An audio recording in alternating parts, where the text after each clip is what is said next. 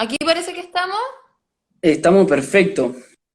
Yo bien. te veo perfecto, al tiro. ¿Cómo vamos? Hola. Bien, bien, bien. ¿Y tú? Bien, bien, de lujo. Ya me acostumbré a Bueno, esto. sí, es primera vez que hago algo así.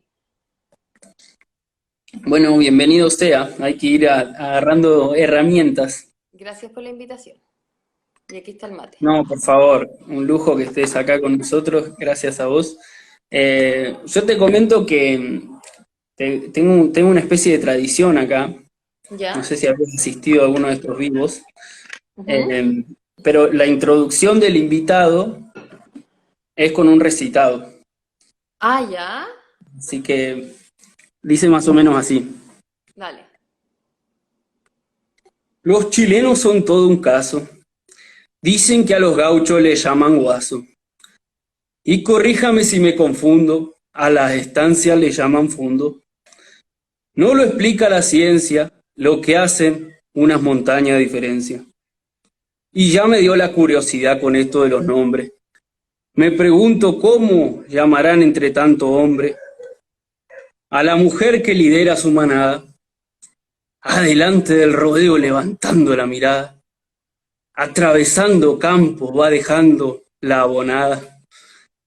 Uno vuelve al tiempo y ve el efecto de su pasada. ¿Cómo llamarán los chilenos a esa mujer soñadora? Por lo menos yo le llamaría Isidora. Muy bueno. Gracias. Gracias por esa introducción. Es para sacarnos la vergüenza rápido. Esa. ¿Eso tú lo hiciste?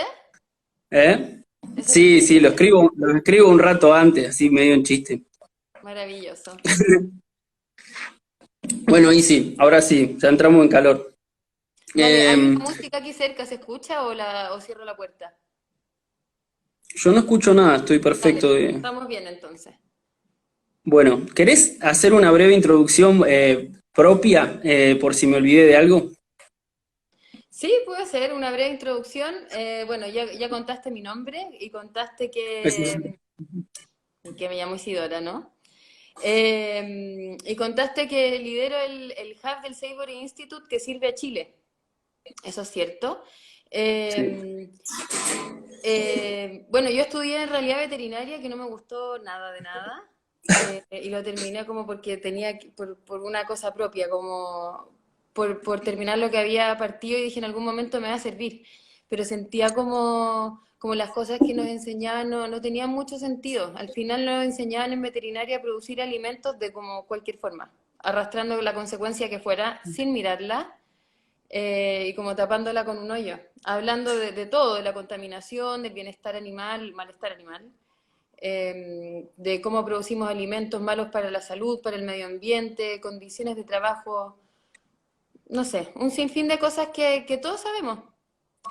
La cosa es que después me fui a trabajar al Ministerio de Agricultura con pequeños y pequeñas agricultoras y ahí como que corroboré la situación en que estaba todo muy subvencionado, subvencionado por el medio ambiente, por las mismas cosas que dije, pero además subvencionado por el Estado, por el país, con plata que todos los chilenos y chilenas ponemos de los impuestos y se van al final a tapar hoyos, hoyos, hoyos en un círculo muy vicioso.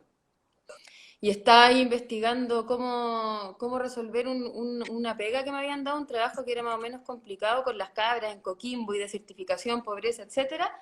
Y me topé por una suerte porque un colega del trabajo me entregó un PowerPoint que decía manejo holístico.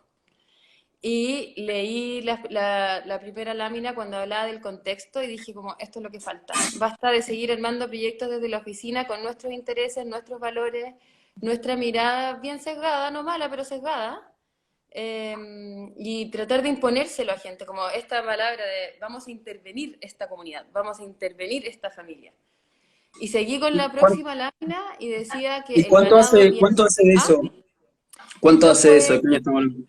el 2012. El 2011 Ah, entré a trabajar ahí, el 2012 me llegó este bendito PowerPoint, que creo que lo había hecho José Manuel Gortázar, uno de mis profes, junto con tu papá, también mi profe. saludos. Eh, bueno, y en la segunda lámina decía claramente, el ganado bien manejado puede mejorar la salud de los suelos. y hay ambientes que necesitan herbívoros, pero de cierta forma. Y dije, ya, listo. Cerré el computador, me volví loca y dije, esto es, y no hubo vuelta atrás. Así que Qué ahí me puse a magnífico. investigar, contacté al José, empecé a trabajar, trabajamos juntos, y, no, igual al principio no lo podía creer, ¿ah? Porque, pero ¿cómo? Decía, ¿y en cuánto tiempo se nota? Pero al final, bueno, cuando empezamos a trabajar ya, cuando empecé yo a trabajar directamente con la gente, con los animales y con la tierra, fue tan evidente, tan evidente. Y nada, y ahí, bueno, me tuve que salir de mi trabajo porque me pidieron que hiciera era un manual técnico de manejo de suelos para ovinos. Y las cosas que yo tenía que escribir, yo ya sabía que eran más o menos mentiras. Así que tuve que decir, hasta luego, fue un gusto. Así que ya Cuando ahí, llegue ese momento que... el momento de no retorno. Qué bien, qué bien. Y te vas de la Secretaría de Agricultura y enseguida montaste lo tuyo, ¿o cómo fue esa Tuve una transición? transición, me fui a trabajar con José Manuel, que él tenía el Hub de Chile en ese momento, y estuvimos Ah, trabajando un poquito menos de un año juntos. a Punta Arenas te Eh, fuiste. No, digamos, virtualmente. Trabajaba yo en Ah, Santiago, viajando, y el José vivía ahí en Coyhaique, y se la pasaba entre Coyhaique, Tierra del Fuego, las Islas Malvinas, con poca señal. Entonces, técnicamente, después dijimos, en realidad lo que más nos conviene a todos es que yo también pueda tomar mis propias decisiones, él también, y como sin estar con esta barrera entre tecnológica y de distancia entre medio. Y ahí dije, ya, pues me lanzo. Y ahí me lancé con efecto manada, eso fue el 2014, a fin del 2014. qué bien. Me gusta porque solas se van contestando como las primeras preguntas que apuntaban a eso, ¿no? ¿Cómo se forma efecto manada? ¿Cómo llegas a efecto manada? Eh, ¿Llegaste sola? ¿Lo pensaste con alguien? ¿Cuál era el objetivo inicial de la organización? Mira, el objetivo inicial, mira, partí en realidad sola, me acompañó una amiga al sur a hacer unas pruebas yo sabía que habían vecinos y vecinas que iban a querer aprender y participar. Y agarramos una mochila y partimos al sur y fuimos a hablar con esta gente y les contamos o sea, al principio fue como, oye, ¿podemos hacer un trueque? Tú nos prestáis las ovejas, así nosotros cortamos el pasto y fertilizamos los frutales de nuestra parcela y yo te las devuelvo gordas. Porque siempre era lo mismo, como en el invierno nos falta pasto, en el verano nos falta pasto y tenemos que estar comprando y vendiendo los animales cuando no hay buen precio. Entonces siempre era un poco dramático. Entonces partimos haciendo este trueque y vimos que funcionó. O sea, que más allá de que la Tierra haya respondido, funcionó esta apertura de mente. De decir, efectivamente uno puede manejar el sistema distinto y abrirse a la creatividad humana y decir, ya ahora que tenemos un cerco eléctrico y un panel solar, podemos llevar las ovejas donde queramos. Y el verano del 2014 al 2015 fue la peor sequía en 50 años en Chile, en el sur, sobre todo. Leí de Entonces Murphy. fue complicadísimo porque nuestro plan de pastoreo realmente no funcionó muy bien y tuvimos que ir readaptándolo como semana a semana y pasó algo bien increíble que apareció una vecina que no tenía animales y que estaba con miedo porque se le iba a incendiar su casa porque tenía el pastizal muy largo y muy seco. Entonces yo había leído que también se usaban los animales para prevenir incendios y le dijimos, ya, nosotros te ofrecemos el servicio. Nosotros vamos a ir con las ovejas en carpa y le cortamos el pastizal y fuimos derribando un montón de mitos, como por ejemplo que las ovejas no comen pasto largo o que las ovejas no comen pasto seco. Y hay unas fotos por ahí de antes y después que, bueno, se comieron todo nomás. Po. Entonces así Ah, partí pero con de mi familia, las amistades y así fue a sí, sí, poco. el círculo chico. Claro, pero yo no sabía eso. O sea, tenía como toda una vuelta de rosca relacionada al efecto manada, que no era una organización netamente de asesoramiento o de educación, sino que había una idea detrás. ¿Y eso lo fuiste dejando o lo seguís haciendo? Lo fui dejando solamente por sobrevivencia, porque en realidad cuando partí con Efecto Manada, la idea era ofrecer este servicio de pastoreo para ir a prevenir incendios y para mejorar el suelo de frutales, viñas, incluso para hacer restauración ecológica. Yo en realidad nunca estuve ni ahí con la carne, ni ahí con nada de eso. Era como completar la parte del ecosistema que le estaba faltando al secano, por ejemplo, a las dehesas y a los frutales. La cosa fue que se me complicó mucho técnicamente y al principio, bueno, también pasa que cuando uno parte no tiene experiencia, entonces no tenéis mucha credibilidad tampoco. Entonces yo iba a ofrecer este servicio y me decían, ay, qué lindo su proyecto. Ya, manden un presupuesto, ya. Harto tiempo armando el proyecto, el presupuesto y después como, es que no sabemos si va a funcionar. Cuéntenos dónde más lo ha hecho. Entonces yo mostraba este piloto enano y era como más o menos. Entonces bueno, después tuve que en algún momento decidir, dejo ese sueño, pero sigo con el sueño mayor que es igual reparar ecosistemas y cambiar la forma de producir. Ok. O Eh, sea que está latente ahí todavía, porque sí, como idea me parece fantástica. O sea, no me quiero está. enterar que fracasó, porque me parece muy buena. Está, y efectivamente la Fundación para la Innovación Agraria, el FIA, que también es del Ministerio de Agricultura, me ayudó a hacer un primer piloto. Hicimos un piloto en varios frutales y viñas, algo chico, como de 12, 15 hectáreas con ovejas, y los resultados fueron increíbles. Una disminución de costos gigante, 30%, 40% en costos de producción. Aumentamos la cobertura del suelo. Al principio habían algunos cuarteles con 20% de cobertura y terminaron en 60, 70%, esto en poco tiempo. Y bueno, esa fue una prueba y después hice un piloto también de prevención de incendio en el Cerro San Cristóbal, que es un cerro que está en la mitad de Santiago. Eh, y ese estuvo divertido igual, estuvo complicado. Logramos hacer ¿Cómo los así? cortafuegos, pero estuvo difícil, porque nos pasaron una ladera con muchísima pendiente y íbamos a partir en septiembre, cuando el pasto estaba verde. En realidad ¿Con ovejas? el plan era entrar con ovejas en septiembre y comernos los yuyos, como dicen ustedes, Sí, sí. y algo de pasto que había. La cosa es que al final se demoró muchísimo y entramos en diciembre y habían cicutas que miden 2 metros de alto, eh, otra, otras especies pioneras altísimas, seca, seca, seca, seca, y yo dije, las ovejas en verdad no van a poder hacer mucho, llamé a unos amigos que tienen burros. Ya amigos, préstenme los burros por favor, me prestaron los burros. Así que Es partimos una con 20 fábula. ovejas, 20 burros, y Sí. tuvimos que comprar algunos pellets de alfalfa, mucha agua, sales minerales, y esas las usamos para hacer el efecto manada, esto del impacto animal. Entonces escondíamos atrás de los matorrales más fuertes y de las murras y todo, estos bloques, la alfalfa, hacíamos unos caminos con el agua, qué sé yo, y al final hicimos los cortafuegos.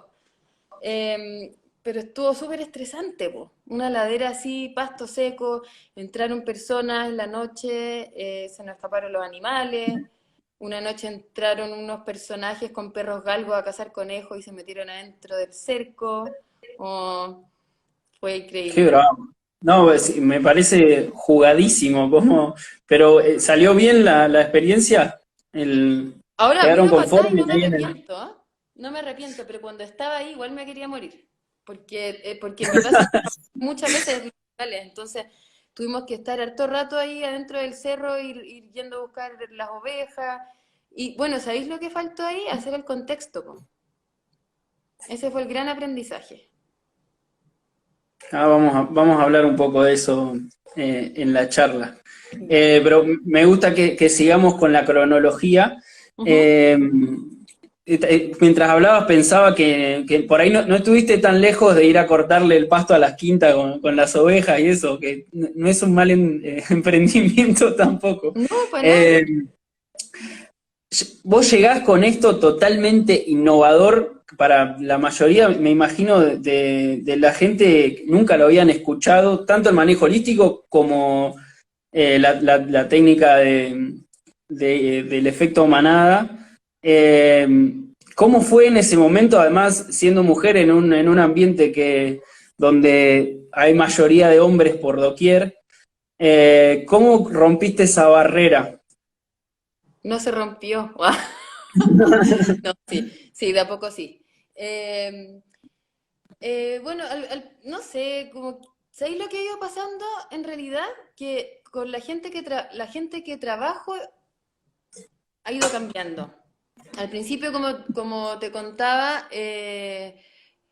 traté de meter ovejas en viñas, en la zona central. Entonces me topé con que, claro, los que tomaban las decisiones en estas viñas eran hombres como de más edad, y de repente sí, pues no te tratan así muy bien como de trabajo, te dicen como, hola chiquilla, qué lindo tu proyecto, ¿cachai? Como un poco así, con poca confianza, y me tocaron un montón de situaciones bien incómodas, que no hay que entrar en detalle, pero no, ¿qué le pasan a las mujeres nomás, po? A los hombres no. Entonces, igual también sí me daba rabia, me daba mucha lata, pero igual cada vez que partía decía, bueno, si me dicen algo me las voy a arreglar y yo voy a seguir, como hago oído sordo y sigo hablando de la parte técnica y profesional, y se acabó nomás, po. Entonces yo creo que uno se va curtiendo un poco. Ujú. Me ha pasado en otras situaciones que simplemente no vuelvo, pero ya cada vez menos. Y bueno, y lo que pasó ahí fue que al principio, bueno, esto como hace, claro, 5 años atrás, había poca gente que conocía esto. Entonces yo tenía que salir a buscar clientes, o yo tenía que ir a tratar de convencer gente, y tal vez me equivoqué del público, como cuando uno ve esta curva de la innovación, están los que lo agarran al tiro, los que se demoran más, después está la masa y después están los que nunca la van a agarrar, y cuando entendí eso dije, en realidad tengo que moverme en la curva. Y empecé a apuntar a otro público, y además ahora, como ya la gente llama porque quiere saber, entonces la conversación es mucho más agradable. No tenéis que convencer a nadie. Te Qué hacen lindo, preguntas de curiosidad, ¿cachai? qué lindo cuando atravesás ese umbral, ¿no? Sí, pues entonces el que Y no quiere saber, sentís que cambió eso, o sea, ¿en qué momento estuvo esa bisagra en donde dejaste de salir a buscar gente y la gente te empezó a llamar a vos? yo creo que no hace tanto tiempo, ¿ah? Yo te diría que como hace un año, tal vez. Sí, más o menos eso. Y yo creo que tiene que ver con la difusión que ha hecho toda la red, eh, con la difusión que nosotros también hemos hecho, con la confianza que ha depositado en nosotros parte del Ministerio de Agricultura. Han aparecido estos artículos en los diarios, en revistas, y también estas otras formas de hacer cosas, que no solamente el manejo holístico o la ganadería regenerativa. Ahora ya se habla o sea, hace mucho tiempo, pero ya se conoce más la agricultura regenerativa, hay un montón de técnicas, y con todo lo que ha ido pasando, bueno, como lo que está pasando ahora, lo que está pasando ya con el calentamiento global, que ya nadie se cuestiona que la sequía, la mega sequía que estamos viviendo. Como que desde la urgencia, creo que la gente ha ido buscando otras alternativas. Entonces, esos son como aceleradores de proceso, pienso yo. Y con la crisis social que estamos viviendo desde, bueno, hace mucho tiempo, pero en el fondo desde que se levantó esto en Chile, empezaron a pasar cosas como que hubo campos que tenían miedo de que no iban a tener insumos, por ejemplo, que el petróleo se iba a disparar o el precio del dólar, y son cosas que no podéis controlar.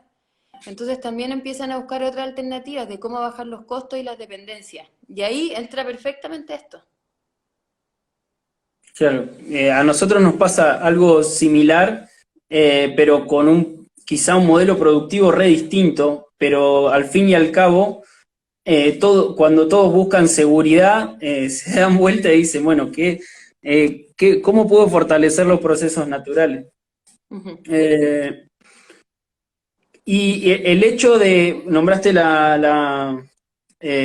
un ente del gobierno, eh, ¿pensás que el hecho de haber sido hub, digamos, haberte certificado como hub del Instituto Seibor y formar parte de la red, significó un cambio? Sí, sí, totalmente. Sí, porque yo creo que más allá de la marca es que no estáis solo, porque tampoco es que el Savory Institute sea conocido en Chile, sino que Tú dices, formo parte de una red que está instalada en más de 25 países, eh, que estamos todos haciendo lo mismo, compartimos la visión, compartimos la misión y compartimos la metodología. Eh, Casi todos con muy buenos resultados. Evidentemente que hay resultados que no son muy buenos porque nos equivocamos, pero en el fondo eres parte de una red y estáis asociada a más profesionales, a más técnicos y más técnicas y más gente que lo está haciendo en la tierra. Entonces, además uno habla con propiedad, como lo que puede pasar con este manejo es esto. Y lo hizo tu colega de Argentina, o el de Uruguay, o el de Brasil, o el de Alemania, o el de Turquía, o el de Estados Unidos, y trabajamos todos igual, entonces yo creo que eso sí da más confianza. Sí, de acuerdo. Yo creo que posiblemente dentro de la gente que nos está mirando, hay muchos que nunca o no tienen contacto o no han tenido contacto con el manejo holístico. Y me gustaría si lo podemos pensar como vos llegando a un campo y está la gente que trabaja con los animales, ¿cómo le explicás el manejo holístico rápidamente a esas personas? ¿Por dónde le Rápidamente. entras? Sí, eh, bueno, primero que nada, yo creo que, bueno, se da una conversación en que hay muchas preguntas y respuestas, pero la cosa sería en que vamos a empezar a analizar lo que está pasando en el campo desde distintas perspectivas. Y que vamos a empezar, si es que quieren y si es que se sienten convencidos, a experimentar con formas de tomar decisiones distintas. Ahora vamos a contemplar mucho más que solamente el último número de la producción, por ejemplo, que va a ser igualmente importante que ahora, sino que eh, vamos a empezar a echar a andar los procesos de la naturaleza, porque la naturaleza es noble y nos va a responder, y lo único que tenemos que hacer es meternos en su ciclo. Y para meternos en su ciclo, vamos a imitar a la naturaleza como funcionaba hace millones de años atrás, en que los herbívoros funcionaban como manadas, compactas, en constante movimiento, y eso va a permitir que produzcamos más pasto, que podamos dejar todos los químicos, que podamos disminuir los costos y que nuestra vida en el día a día, en el manejo de los animales, va a ser mucho más simple porque vamos a tener un plan. Eso podría ser algo resumido. Y desde luego que... ¿Ah? ¿dónde firmo ahí? No, está buenísimo si querés cerrar la idea. Y me imagino, como pasa en todo el mundo, seguramente te cabecean así un poco los guasos y al principio no te creen. Claro, en el Eh, grupo todo. ¿Querés contarnos un par de historias de cómo esa curva que vos tuviste también con los clientes te sucedió con la gente en el campo? ¿Y a Sí, partir de sí, qué te fueron creyendo? sí, hay algunas cosas que yo me he dado cuenta que son claves igual, como, bueno, en un momento un señor me dijo simplemente que no iba a trabajar con una niña que viniera de Santiago, punto. Ahí ya uno dice, está bien, no, es como usted quiera nomás. Po. Hay otro caso que me gusta harto que es en un campo donde somos como un equipo de 5 o 6 personas. Y hay un señor en particular, de un custodio, que tiene entrenamiento de mucho tiempo en manejo de pradera convencional. Y él, por ejemplo, sabe cómo medir la materia seca que hay por hectárea, al ojo. Y se sabe algunos nombres de plantas. Entonces, al principio cuando íbamos caminando, yo caché que ese era su fuerte y que le interesaba. Y que parece que yo tenía que validarme con él. Entonces yo me lo llevaba para un lado y le decía, ya, don Custodio, ¿cuántas toneladas de materia seca tenemos acá? No me lo diga, yo lo voy a pensar, usted lo piensa y vemos si coincidimos. Y empezamos a coincidir en todos los potreros. Entonces después él me hacía preguntas como, y ahí esta planta, a ver cómo se llama yo, esta planta se llama así. Ya, ¿y para qué es buena? Es buena para esto. Ah, sí, ya también. Y así nos empezamos como a acercar y se dio cuenta que yo también sabía. Y lo otro también que yo creo que es muy importante es que el mensaje siempre, al menos el que yo doy en los campos, es que lo que yo tengo para aportar es una metodología, que nos va a ir diciendo paso a paso qué información poner dentro de la metodología. Pero que si yo llegara sola a ese campo, probablemente me iría mal. Porque esta metodología lo que necesita es muchísima observación y experiencia. Entonces, todo lo que hagamos va a salir del conocimiento de ellos. Y efectivamente es así. Entonces, si te mostráis como transparente en eso y decir, además estudié veterinaria en una ciudad y me enseñaron un montón de cosas técnicas, pero de campo no sé mucho, vamos a tener que hacer aquí un intercambio de información y generalmente yo salgo más beneficiada, aprendo mucho más de ellos que ellos de mí. Entonces también yo creo que es un poco la postura en que uno llega, porque si llegara y decirle lo que tienes que hacer es esto, probablemente te van a decir que no.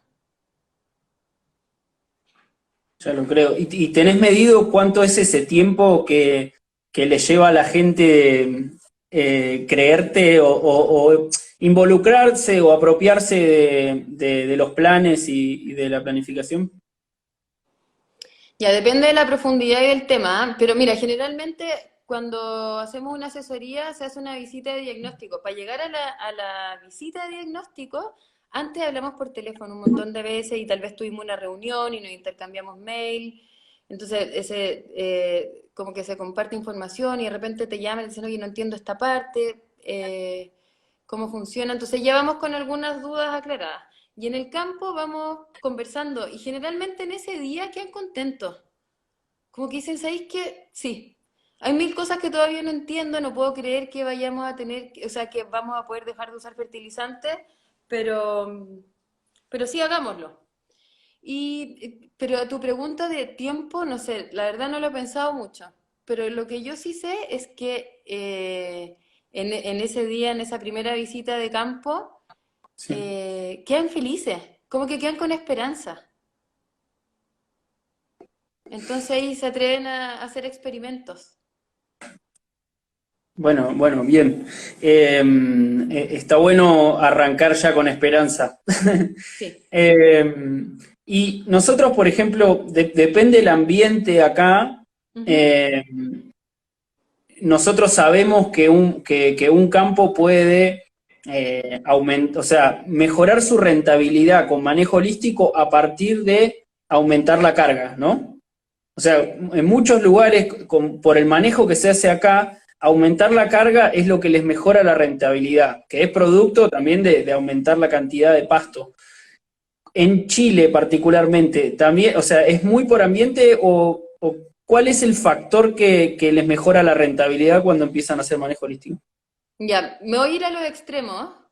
Como tú Sí. decís, en ambientes, bueno, como de distribución errática de la humedad, donde llueve momentos concentrados en el año, y esa es como la limitante.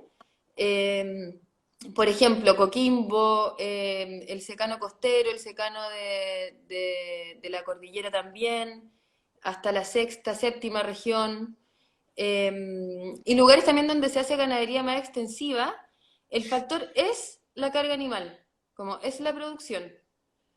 Nos pasó en Coquimbo en el primer ensayo que hicimos que en un año duplicamos la carga. Entonces sí, ese es el factor de aumento de rentabilidad o de mejora. Pero hay otros campos, los más convencionales, por ejemplo, los que están, no sé, ya novena, décima región, los ríos, que son más hacia el sur, donde hay más lluvia y donde la producción es intensa, que está en manos además como digamos, empresarios más grandes que tienen plata para ponerle al sistema. Ahí el factor de mejora generalmente, aunque puede ser, no es la producción, sino que es como la baja de costos drástica que se Brutal. produce. Podéis mantener la producción, pero ahorrándote, o sea, depende no sé si aquí hay gente que tiene campo o no, pero cuánta plata gastan en fertilizantes, en riego, en semillas, en restablecer praderas, y eso con toda la maquinaria que significa y con todo el trabajo que significa y todo el petróleo que significa. Entonces, a diferencia de los ambientes que tú me estás hablando que les pasa más a ustedes, acá en estos campos tan intensivos, el cambio radical son los costos. Bueno, además ¿cómo se llama? De la calidad de los alimentos que estáis produciendo, de la calidad de vida, de que la otra vez me pasó en un campo que el operario estaba, el trabajador estaba muy contento porque ya no iba a tener que poner más químicos en las praderas para matar maleza, lo que significaba que no se iba a sentir mal 2 días seguidos, porque esa aplicación de químicos le estaba haciendo mal físicamente. Y me decía, me tomo no sé cuántos remedios y me tengo que quedar echado un par de días. Qué bien. Y hiciste el trabajo de ir levantando los datos financieros, que son, creo, los más sensibles de los campos. Cuesta que los mismos productores den testimonio de esa parte. Por lo menos acá siempre hay como un tabú, ¿no? De Mm. hablar de cuánto se gana. Eh, ¿Pudiste vos armar tu portfolio de mejoras o cómo? Lo he intentado de distintas formas. Finalmente lo que veo es por cada campo, eh, al final hemos eliminado lo que yo te decía, todos esos costos. Pero también cuesta, yo estoy haciendo asesorías como hace 1 año y medio, entonces no hay una larga trayectoria todavía. Y lo Claro. que hemos tratado de armar es el año y medio que llevamos, el año que llevamos, y empezar a poner costos y ganancias para atrás, pero también pasa que hay factores que van cambiando un montón. Entonces ese número final no se explica solamente por el manejo holístico o por la planificación. También pasa que cambió el precio de la carne o de los animales, o que un año fue más seco, que un año hicieron más bolos que otro, pero generalmente sí hay un ahorro muy sustancial. Muy bien. Y con respecto al tema ambiental, cuando se arranca a hacer manejo holístico en un campo, ¿has visto por ahí en los lugares donde llevas más tiempo trabajando, has visto cambios en la composición Sí, de especies de un campo? sí, completamente, completamente. Con los que partimos trabajando ahí en Licanray, lo que yo contaba en realidad era una vecina y después se sumó otro vecino más, entonces movíamos las mismas ovejas en 3 predios chiquititos. Hicimos como la evaluación ecológica y bueno, y además de que pasamos de tener un 30% de suelo descubierto en un ambiente que debería estar 100% cubierto, sacamos el suelo descubierto. Se cubrió 100% en 2 años y especies que estaban en esas praderas, las que estaban predominando porque había mucho sobrepastoreo por las ovejas, estaba llena de estas especies de hoja ancha, de diente de león, de la hierba del chancho, de siete venas, y todas como en miniatura además. Empezaron a aparecer más pastobillo, pastomiel, hay uno que se llama el paspalote, empezó a aparecer también. Empezó a aparecer también trébol rosado, trébol rojo, ¿le dicen ustedes? Trébol. Sí, o sea, cambia radicalmente. El ejemplo que te estoy dando es como en el transcurso de 3 años, pero sabéis que la composición botánica cambia de un pastoreo a otro. También he visto eso. Hay un Están ahí caso, esperando. sí, hay un caso que me llamó mucho la atención, que a veces me desconcentro con los mensajes, voy a tratar de no leerlo. Sí, Eh, ahora en la segunda vuelta vamos a hacer preguntas, así que tranqui con eso. ya, bacán. En un caso en particular, en la ganadería es muy común que en el invierno, en el sur sobre todo, eh, dejen un potrero de sacrificio. Eso significa como meter a todos los animales en un potrero, no sé, 4 hectáreas, 5 hectáreas, depende de la escala, y alimentarlos con bolos o con fardos durante, no sé, en este caso fueron 5 meses. Entonces, lo que pasa con ese potrero es que queda 100% descubierto y lleno de bosta. Entonces, es como bueno, tiene lo malo que queda 100% descubierto, pero queda con mucha materia orgánica, muchos microorganismos, si es que no estáis usando químicos. Entonces, lo que había que hacer ahí, naturalmente, era entrar con maquinaria, fertilizar y sembrar vallica. Eh, entonces, para que la vallica, porque supuestamente es el mejor alimento para los animales. Pero ese es otro tema.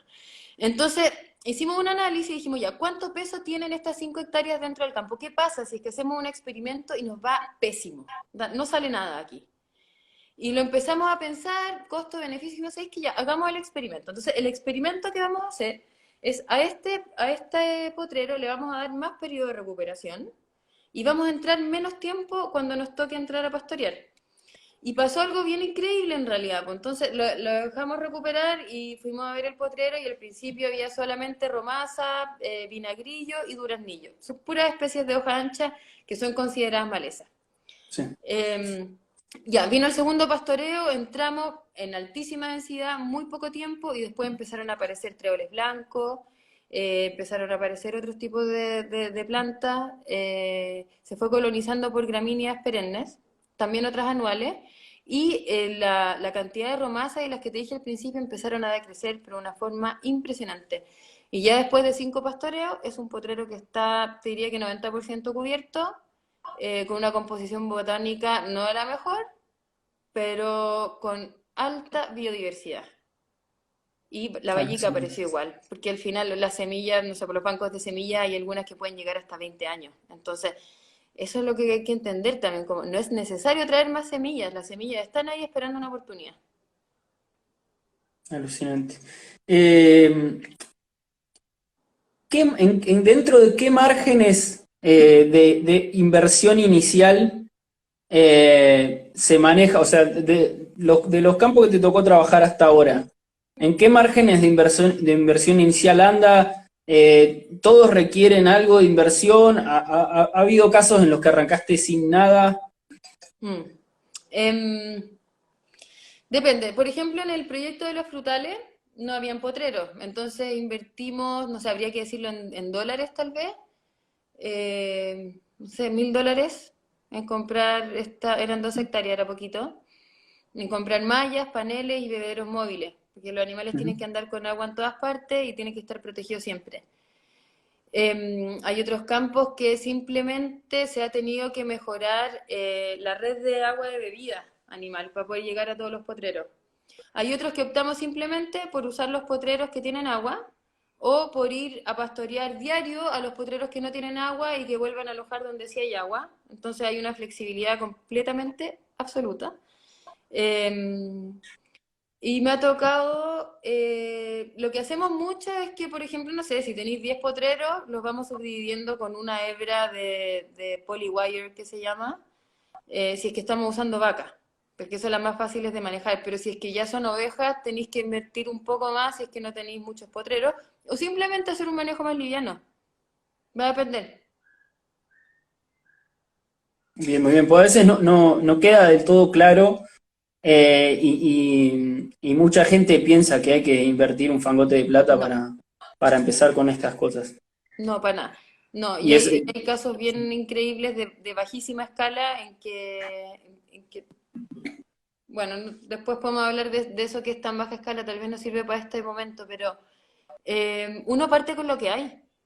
Y si tenéis 4 potreros, puedes planificar con 4 potreros. Desde luego que vas a sobrepastorear, pero vas a estar haciendo lo mejor que antes, igual. No vaya a tener a todos los animales en todo tu campo todos los días. Vaya al menos a hacer algo. Y si después podéis, no sé, gastarte 150 lucas, $200 en, tal vez un poco más, unos $500 en comprar esta hebra y un alimentador eléctrico, ya podéis tener, o sea, los potreros que quieras armar. Entonces, es muy relativo. Hemos partido con 0 pesos y hemos partido con un poco más.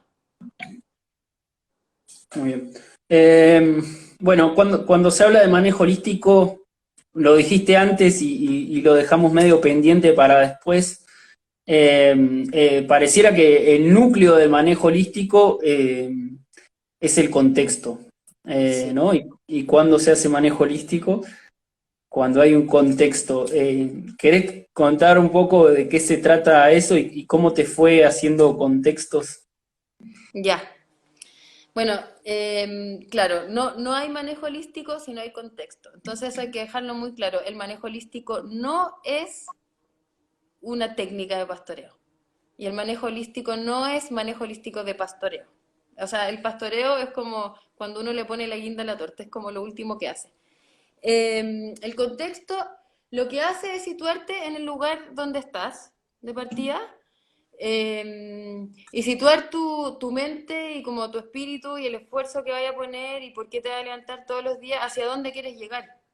Entonces, nosotros como seres humanos tenemos un listado de valores que apreciamos, ¿no es cierto? Cosas que valoramos y todos tenemos escalas de valores distintas, en distinto orden, pero generalmente hay varios que compartimos, como tener salud, tener un estado financiero que nos dé tranquilidad, el que tiene hijos poder mandar a sus hijos a estudiar, poder comprarles la comida que les queréis comprar, tener una vida tranquila en eso. Hay gente que quiere ser millonaria, hay gente que no. Entonces lo que uno hace es eso, es hacer el listado de las cosas que a ti te hacen sentido y que a ti te hacen feliz. Eh, Eso primero que nada. Bueno, antes de eso en realidad uno describe como los recursos que tiene y los recursos son físicos, por ejemplo la tierra, los animales, los cercos, el agua, los tractores, las casas, y también son recursos humanos, como qué cosas sé yo, qué cosas sé la gente que está alrededor mío, qué cosas saben los vecinos, eh, qué tiene cada uno para aportar en este trabajo. Entonces se va haciendo un dibujo de tu vida, de la situación de tu campo, pero también lo puedes hacer en una oficina o lo puedes hacer en una casa, que también lo he hecho y también funciona, porque al final es cómo quiero vivir. Y si a ti te preguntaran en 5 años más, ¿cómo está tu campo? Descríbelo. Y eso es lo que le llamamos la base futura de recursos. Hoy estoy así, pero en 5 años más mi campo va a estar, por ejemplo, con el suelo 100% cubierto, que es como una cosa muy importante, con alta biodiversidad, con aves anidando, con muchas mariposas, con espacio para las abejas, vamos a estar teniendo alta rentabilidad, la gente que está trabajando acá se va a sentir que está en un trabajo seguro, confiable, motivante, nuestros animales van a estar gordos, vamos a estar vendiendo a un mercado que tal vez valore nuestro producto o no, porque también puede ser que uno lo venda y le llegue al azar esta carne maravillosa a la gente que ni siquiera sabe que la está comprando, pero también es otra forma de verlo. Entonces eso, es decir, qué es lo que uno quiere. Y a partir de eso se empiezan a tomar todas las decisiones financieras, sociales y ecológicas. Y después de eso, cómo vamos a mover los animales. Claro. Me imagino, o sea, pensar que para la persona del campo ya es, vos llegás con una idea nueva, aunque sea de planificar su pastoreo y ya te miran de reojo, ¿no? Imagínate llegar con el contexto y lograr que hagan el contexto. Sí. Contanos cómo fue tu experiencia con eso. Ya, ya, y depende de cómo llegaste a esa persona que está ayudando, porque si es que te están ellos pidiendo que te ayuden, van a estar un poco más abiertos. Ahora, si es que es un trabajo, por ejemplo, que me ha tocado hacer a través del Ministerio de Agricultura o de alguna cosa más pública, tenéis que llegar y lo que tú decías, y un poquito a contar desde cero de qué se trata, y hay gente que no te va a pescar y gente que sí. Entonces, hay situaciones muy fáciles en que tú les hablaste de que al principio voy a hacer algo que parece un poco loco, que se llama el contexto holístico. Uno se ríe a veces, pero que lo vamos a ir haciendo de a poco, vamos a hacer una primera versión, después vamos a hacer una segunda versión, al principio un poco tímido, pero también uno tira una talla o a veces cuenta el contexto que uno hizo para sí mismo o le contáis de otro ejemplo y la gente empieza a enganchar bien. Ahora, hubo una vez que fue muy, muy, muy complicado, que fue en el altiplano, eh, porque llegamos ya hicimos la lista de valores y a veces como para poder proyectar hacia adelante, uno mira el pasado, como cómo era esta comunidad hace 50 años atrás, qué pasaba aquí, cómo era el pasto, cómo estaban las llamas, las alpacas, habían niños, habían jóvenes, habían escuela, en un lugar había hasta una iglesia, un retén de carabineros, y ya está todo botado porque la gente se fue a la ciudad. La cosa es que llegó el momento de hacer la base futura de recursos y esto eran puros abuelitos, po. Y les digo, ya ahora, imaginémonos cómo va a ser este pedazo del altiplano en 5 años. Me dice, mi hijita, eso no se puede hacer. porque el futuro es impredecible.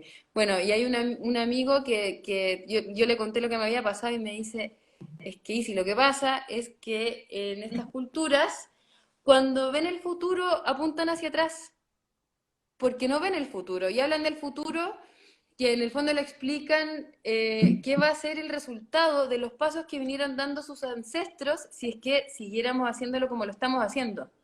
Entonces, esa parte del contexto fue súper difícil y al final apliqué técnica de casi que, no sé si fue, nada, una técnica que dije, ya saben que vamos a cerrar los ojos, nos vamos a acordar de cómo era esto antes y me van a ir contando qué cosas del pasado son las que les gustaría traer al presente o hacia el futuro. Y así pudimos construir esta visión de futuro. Al final resultó, pero costó un montón. Me agarraba la cabeza así. Pero fue bonito porque al final también quedaron muy entusiasmados y se logró. Excelente, le buscaste la vuelta, lo pusiste en su idioma, me parece fantástico. Sí, es todo un tema con el contexto, hay que atravesar una barrera grande Mm, cuando llegas con algo medio filosófico, pero es increíble cómo una vez que las personas lo entienden y le dan su valor, realmente les cambia la vida porque están trabajando para su propia felicidad, ¿no? Es sí, simplemente eso. es simplemente... Encarrilar tu felicidad. Eh, cuando hablamos de nuevas técnicas, de nuevas metodologías y todo, en el mundo académico, en el mundo universitario, ¿no? En el mundo científico, se habla de te faltan datos. Es como, es básicamente, la chicana más normal bueno, chicana no sé si es una palabra que se usa en Chile, pero es algo que se suele escuchar y es algo que muchas veces es cierto, ¿no? Está apareciendo algo nuevo, nosotros sabemos que funciona porque lo vemos, pero para la ciencia estas cosas no tienen los mismos tiempos, ¿no? Ujú. Muchos años el Savory, Alan Savory en particular y el Instituto Savory también, tuvo ese mote de que le faltan datos. Y Ujú. bueno, hace un tiempo están trabajando para levantar datos y levantar datos de todos los productores a nivel global con la misma metodología. Vos arrancaste hace poco con tu entrenamiento de EOB, que es este sistema de verificación de resultados ambientales. Quisiera que le cuentes a la gente de qué se trata y cómo te fue implementándolo en los campus. Ya, es de las partes que más me gustan, parece. O sea, bueno, todas las partes son buenas, pero esta parte de la metodología del manejo holístico es muy fascinante. Porque hay formas en que uno puede leer la Tierra de una forma sencilla, es simplemente mirar. Bueno, sí, yo quería traer esto del IOB hace rato, y finalmente este año funcionó, vino tu papá, Pablo, con otros colegas y nos entrenó, fuimos como 12 personas que hicimos el entrenamiento en Coyhaique, que estuvo fantástico. Eh, y o sea, se supone que tenía que hacer la evaluación económica a ver si me iba a ir bien o no con esto del sello o de verificación de resultados ecológicos. Finalmente nada, lo hicimos igual. Dijimos ya, este verano va a ser marcha blanca y fue increíble porque fueron 10 campos en el primer verano y yo la verdad que no me lo esperaba. Yo dije, vamos a hacer uno o dos con suerte, 10. Así que estuvo bacán. Armamos un equipo de terreno con el Ale, la Tere, un par de personas más y se nos fueron sumando en todos los campos voluntarios y voluntarias. Entonces siempre andamos con un equipo de 4 o 5 personas. ¿Qué hace el IOB? Corre por dos carriles, el de corto plazo, el monitoreo de corto plazo y el monitoreo de largo plazo. En el de corto plazo se observan 15 indicadores de la salud del suelo, que todos están relacionados con los 4 procesos del ecosistema, el del agua, de los minerales, del flujo de energía solar y de la biodiversidad. Pero de estos 15 indicadores se agrupan y se relacionan con más vigor a cada uno de estos ciclos del ecosistema. Y estos indicadores, por decir algunos, son la cobertura de suelo, la cantidad de mantillo que hay en el potrero, la descomposición de ese mantillo, la descomposición de las bostas, si es que hay suelo descubierto, si es que tiene o no costra superficial, porque eso impide que entre el agua, por ejemplo. A ver si me acuerdo de algún otro. De la salud que tienen las especies por grupos funcionales en cuanto a su reproducción y vigor. Bueno, son 15. Entonces uno va asignándole puntaje de acuerdo a una cartilla que uno con el equipo armó, que va a depender de cada ecorregión. Entonces es una evaluación completamente contextualizada. No hay una cartilla ni un puntaje para todo el mundo. Hay cartillas y puntajes por zonas que comparten características. Entonces, esto al final da un puntaje, no sé, menos 100, hasta menos 120, hasta más 130. Y esa es la foto que tú haces de tu campo, que lo hiciste en al menos 10 lugares en el campo y dependiendo de la superficie puedes llegar a ser hasta 50. Y eso lo ves todos los años. Entonces, la idea es que verificar si es que estás regenerando. Si es que ese puntaje pasó de ser negativo a positivo o si aumentaste cierta cantidad de puntos, es que efectivamente estás regenerando tu suelo. Entonces, eso se hace todos los años.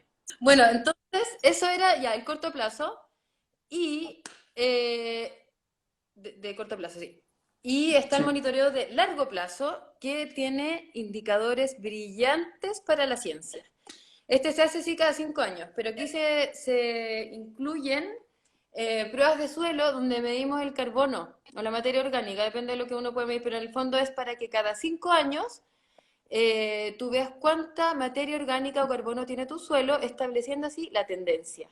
Es decir, ¿está secuestrando o no está secuestrando? Que eso es una de los factores más claves cuando hablamos de regeneración. Entonces vemos el suelo, vemos capacidad de infiltración de agua, enterramos unos anillos de cierto diámetro, le ponemos agua imitando como si fuera una lluvia de 25 milímetros y le tomamos el tiempo. Y es increíble la diferencia que se ve si es que el suelo está encostrado o no, si es que ese suelo estuvo como con un buen plan de pastoreo o no, o si es que nos pasó en algunos campos que los potreros que estaban siendo cosechados con máquina para hacer bolos tenían una capacidad de infiltración mucho más lenta, por ejemplo. Entonces se hace eso y además se usa una metodología que se llama maras simplificada, que son unas transectas, donde uno vas bajando como un palito, sí, un palo, y vas anotando en unas planillas con qué especies te topaste. Entonces así finalmente tenéis cantidad de especies por monitor, distribución de especies según grupos funcionales, y también si es que apareció mantillo o suelo descubierto, etcétera. Entonces hacemos las pruebas de suelo, pruebas de infiltración y además hacemos una pequeña canicata también donde hacemos una descripción de los perfiles de más arriba del suelo. Y vamos viendo hasta dónde profundizan las raíces. Y esto va acompañado de 16 fotos por monitor. Entonces así uno puede ir comparando también visualmente. Y además se hace la estimación de materia seca que está produciendo ese potrero en ese momento. Entonces, van estas dos cosas en paralelo. ¿Y esos datos que se levantan del campo, a dónde van a parar? Van a parar a una plataforma que todavía está en afinación, una plataforma que desarrolló el Savory Institute con OBIS, con un buen equipo de OBIS.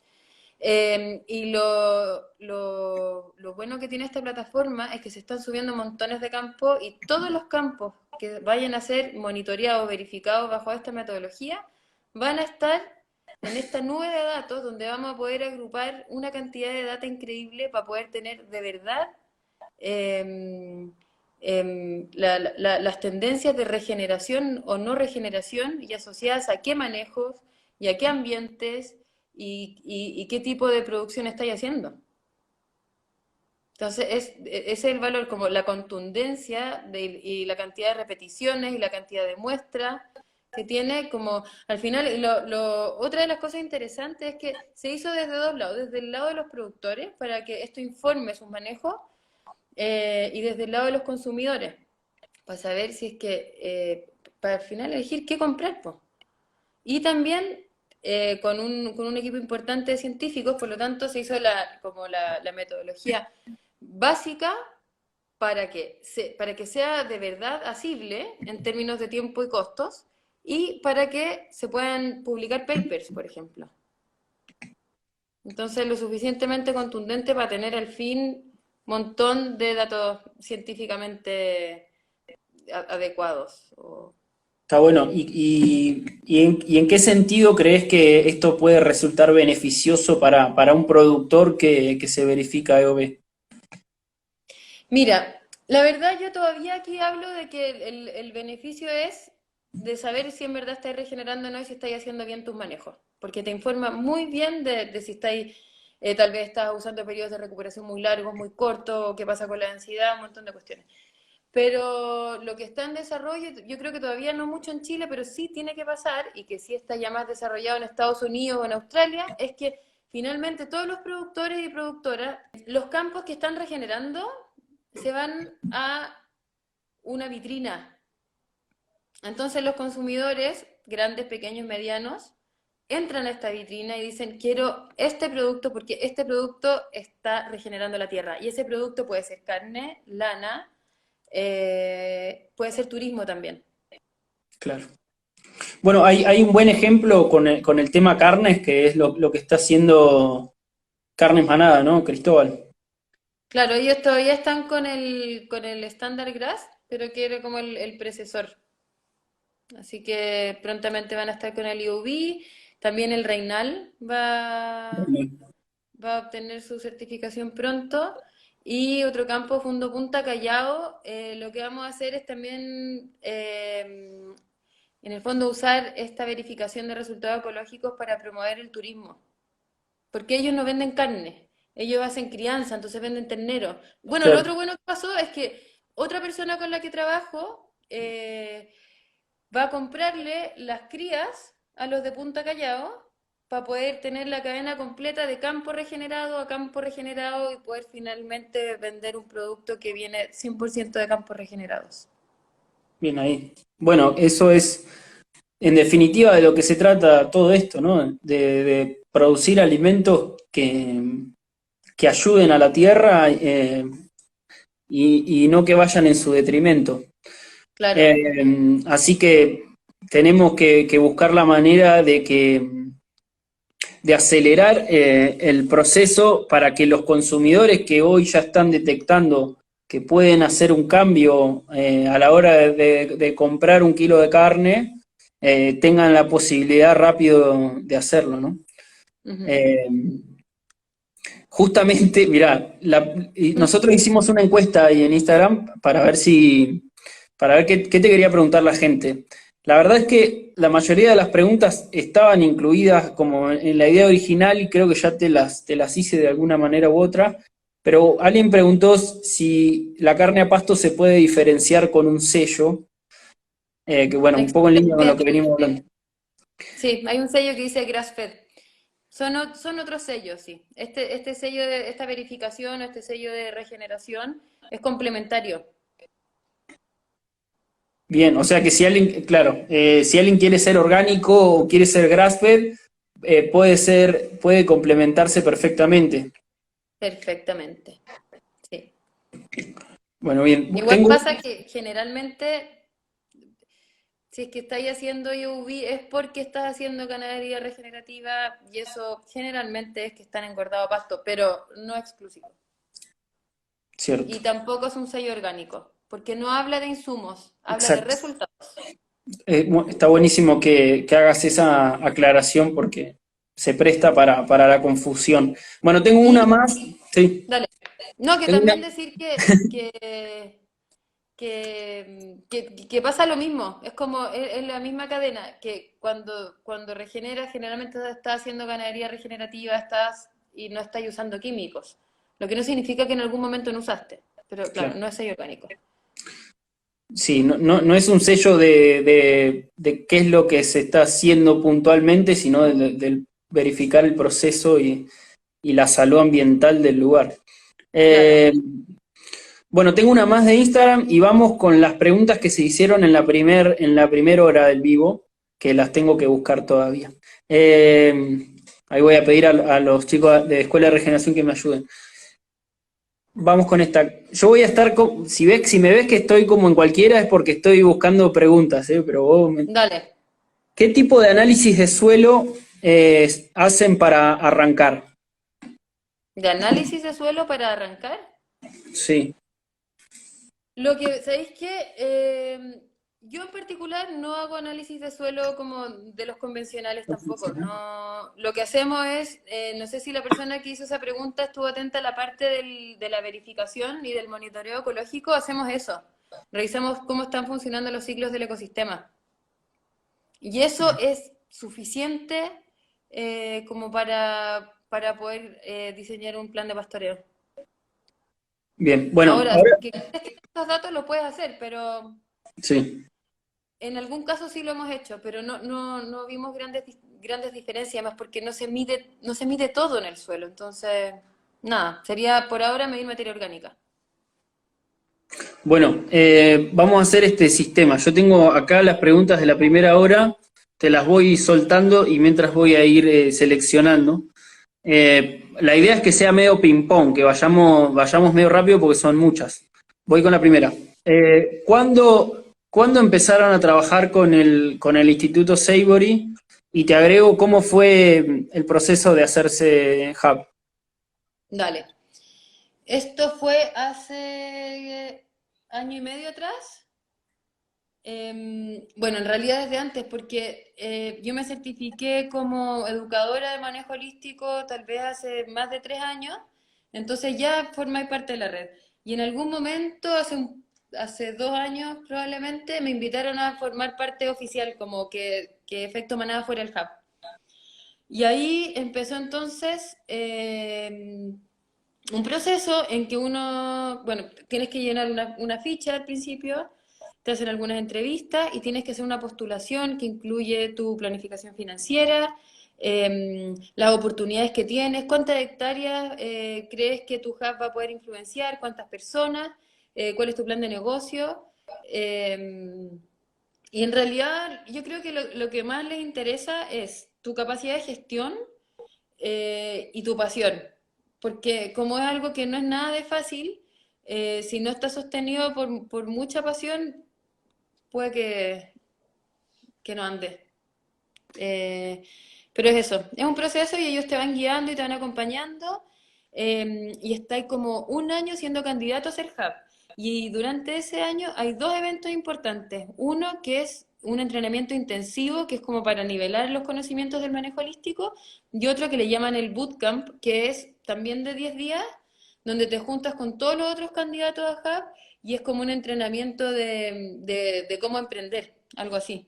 Pero siempre con el enfoque del manejo holístico. Muy bien. ¿Cuánto incremento lograste ver, si lograste ver, en el bienestar animal el bienestar animal y la domesticación de los animales, dice, en los No, establecimientos que trabajas? ya. Primero, bienestar.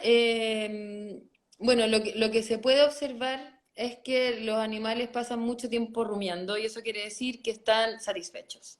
Lo otro que vemos es el llenado ruminal que también que se observa a simple vista desde el flanco izquierdo, que es cuando el rumen está suficientemente lleno, que también está bien, que es un buen indicador. Nada, los vemos tranquilos en realidad. Y vemos que no es necesario ni gritarles, ni empujarlos, ni ir a caballo pegándoles, ni nada. Simplemente uno abre el cerco y ya están condicionados y saben que el próximo potrero tiene pasto fresco.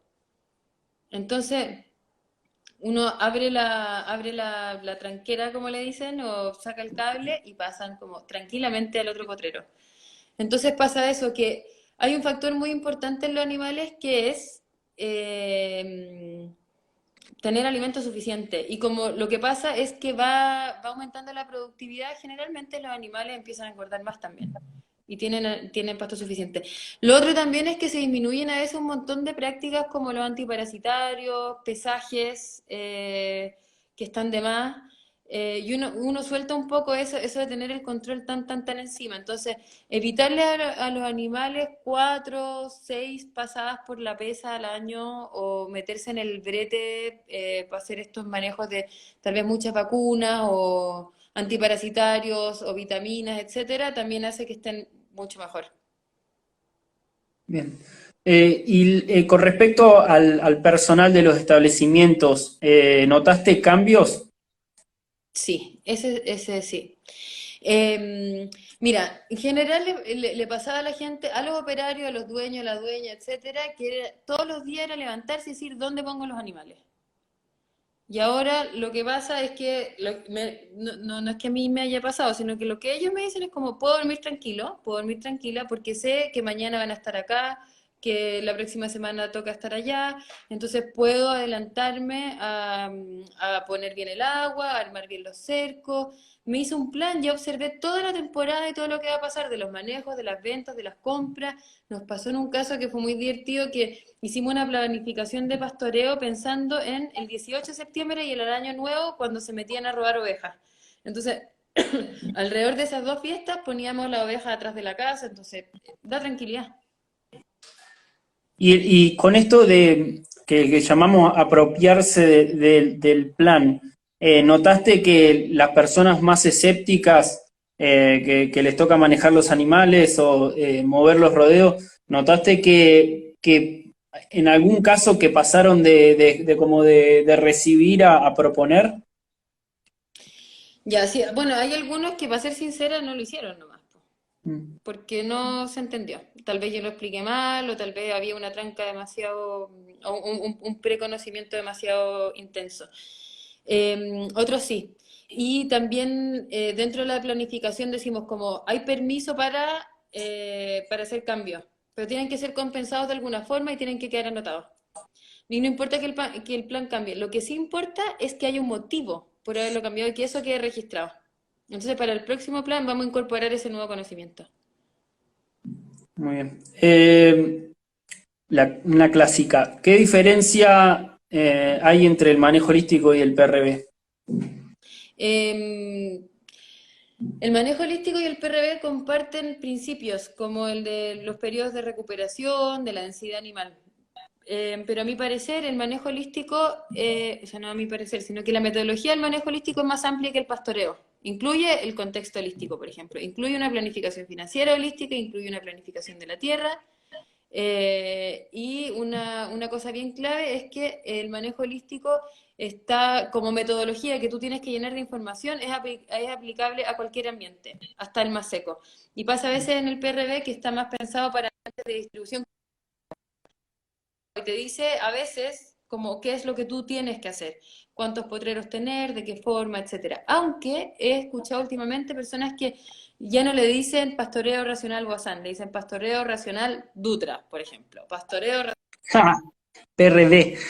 Nombraste el pastoreo racional Dutra, que nunca lo Ah, había ya. escuchado. Sí, lo dijo él mismo, que en el fondo el pastoreo racional Guasán o el pastoreo racional es bastante estricto y le pasa a mucha gente que te indica que tienes que hacer cierta inversión, cierta cantidad de potreros y de cierta forma porque sí está probado que es mejor. Lo que dice Juan Dutra es que en realidad uno lo que debería hacer es decirle pastoreo racional Juan Pedro, pastoreo racional Dutra, pastoreo racional Casanova o qué sé yo. En el fondo que cada uno le ponga su contexto. Pero eso no es parte del pastoreo racional como se originó. Entonces, una diferencia sí es lo contextual. Sí. Sí, bueno, a mí me pasa que muchas veces a la hora de hablar de PRB hablamos del esquema original, sin contar que se ha ramificado mucho y capaz que esas leyes tan estrictas para muchos ya son cosa antigua o ya, digamos, están en otro nivel, sobre todo con la cantidad de información que se comparte y la cantidad de gente que hay todo el tiempo alimentándolo, como bien decías de Juan. Eh, pero bueno, bueno, creo que está contestado, ¿no? Eh, ¿Es posible evitar los potreros de sacrificio en zonas lluviosas? Completamente, sí, así lo hacemos. Muy bien. En los modelos que planificas, ¿son con agua en la parcela como requisito? No, no, hay algunas que, o sea, es que era lo que habíamos Breve. hablado antes. Idealmente y por comodidad que haya agua en cada parcela. Pero hay veces que no, entonces a veces o se dejan de lado esos potreros o se va a pastorear por el día y se vuelve, por ejemplo. O se les deja una calle para que vayan a tomar agua. Bien. ¿Tenés experiencia en el manejo de sarna? No. ¿Qué diferencia de bosteo observás cuando hay agua? Ah, cuando los tenés que llevar al agua. Está bien. No lo leí antes. ¿Diferencia en la distribución de las bostas? Sí. Claro, que generalmente cuando los animales van a tomar agua, bostean alrededor del agua. Entonces, eso hace también que se pierda parte del tratamiento en el potrero que donde tú estás pastoreando. Por eso también es importante que cada potrero tenga su agua. Muy bien. Bueno, ahora paso a las preguntas que se hicieron en esta sesión, así que estoy scrolleando en este momento. Eh, Acá hay una de un tal Martín que dice, ¿cómo le explicás a un productor qué es la planificación de pastoreo como para dar una idea general en poco tiempo? Elevator. Le diría que es la distribución entre el tiempo y el espacio de los animales. ¿Dónde van a estar? ¿Por qué razones? Y cómo va a ser el recorrido de los animales dentro del campo en una temporada. Y eso va a estar dado por los periodos de recuperación de nuestras plantas perennes, que son las que más benefician a la pradera y la producción. Una matriz de espacio-tiempo, dijo. Claro. Clarísimo, clarísimo. Hay muchos productos y propuestas. Ah, no, esto no es una pregunta, perdón. Ta, ta, ta. ¿Se puede exportar la carne a mercados que paguen más por carne regenerativa? A ver, dos preguntas, porque ¿se puede exportar a mercados que paguen más? Hoy día sí, y se está haciendo desde Chile. Ahora, todavía no está armado es un mercado potencial. La gente sí está pagando por carne regenerativa a mejor precio en Chile y afuera. Falta que se concrete ese canal que ya se está trabajando. Clarísimo. ¿En qué se diferencia regenerativo de orgánico? Ya. Regenerativo tiene que ver con que el ecosistema se esté regenerando, o sea, se esté mejorando, que aumente la materia orgánica y todos los indicadores que dijimos de la evaluación ecológica. Orgánico significa que no usas y sí usas cosas. Entonces, regenerativo tiene que ver con los resultados ecológicos y orgánico tiene que ver con cómo hacen los manejos de aplicaciones. ¿Integrás el estrato arbustivo en la Si es que planificación? hay, sí, si es que hay, sí. Sí, hemos trabajado con lugares donde hay bosque o parques y totalmente, y mientras más árboles, o sea, no sé si mientras más hayan mejor, pero los árboles se usan un montón, por ejemplo, para decidir dónde van a ser los partos. Si es que hay, se usan y se aprovechan un montón para poner, por ejemplo, los potreros donde van a ser los partos en el invierno, para protegerse del calor, para un montón de situaciones, sí. Genial, Y los muy útil. animales pueden ser muy beneficiosos para los árboles. Bueno, tengo miedo, estoy sudando de hacer esta pregunta para que no quiero que se corte, pero tenemos que sacarle la mufa ya me olvidé cómo era. Pará. ¿Los puntajes varían según área ecológica? ¿Los puntajes de salud de pastizal, de EOB? No, el rango es el mismo. El rango es el mismo. La cosa es que los indicadores, a ver, las escalas y los rangos son iguales, Sí, pero los criterios cambian. Por ejemplo, en, yo estoy aquí en Santiago. aquí en el Cajón del Maipo, en una ladera, por ejemplo, uno podría esperar un 30% de suelo descubierto y eso podría tener un puntaje 20. Pero en Osorno no puede haber suelo descubierto naturalmente. Entonces, si te topas con un 30% de suelo descubierto, puede que tengáis puntaje menos 20.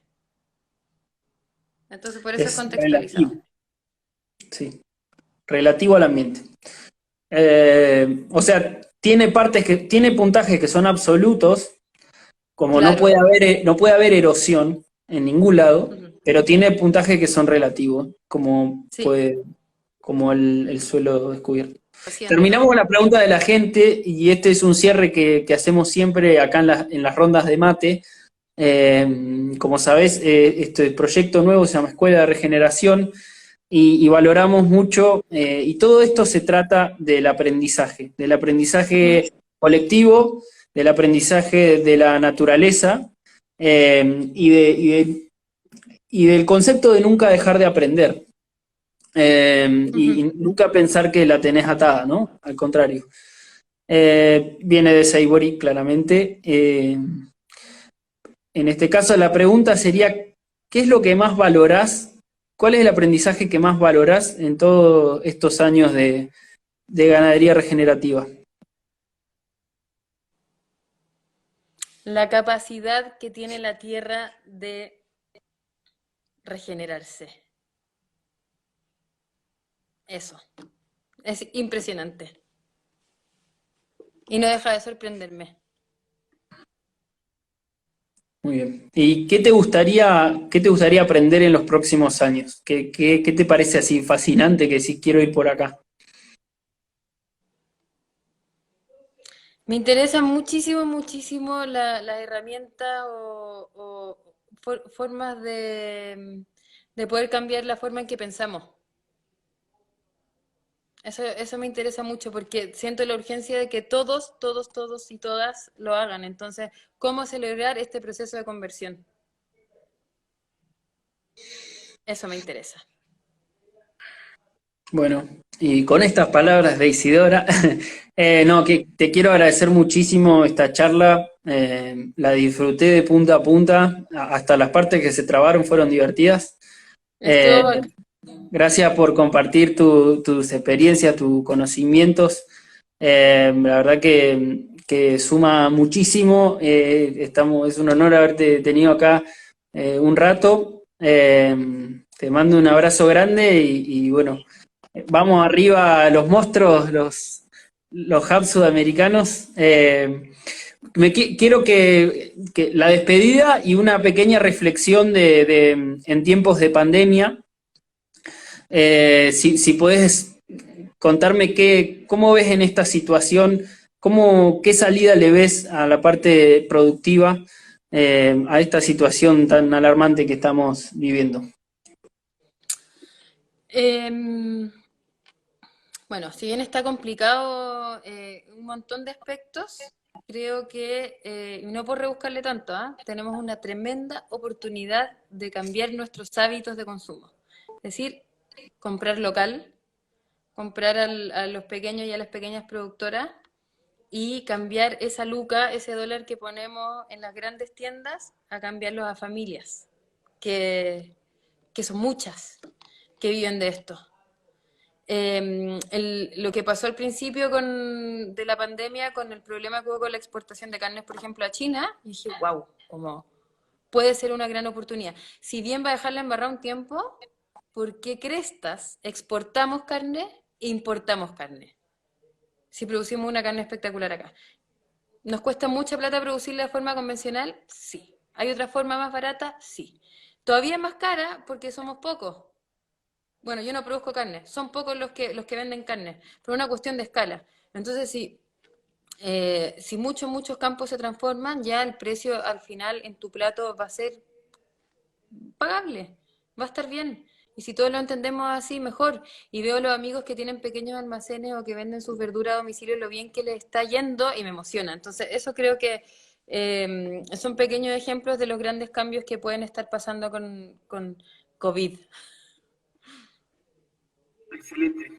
Chau, chau a todos, gracias por Gracias quedarse. a Sí, Oye, gracias a todos y a todas por estar acá. Gracias, Juanpe, lo pasé muy bien.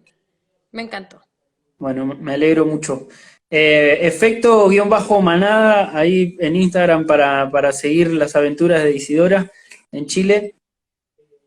Esto lo subimos a YouTube, Easy, en pocos días, así que ahí pueden verla si se la perdieron o quieren recomendar esta charla. Y mañana a las 5 de la tarde, si no me equivoco, vamos a estar retransmitiendo Bruno Basqueto con Juan Dutra para ver un poco del pastoreo racional Dutra. Un beso grande. Adiós. Gracias.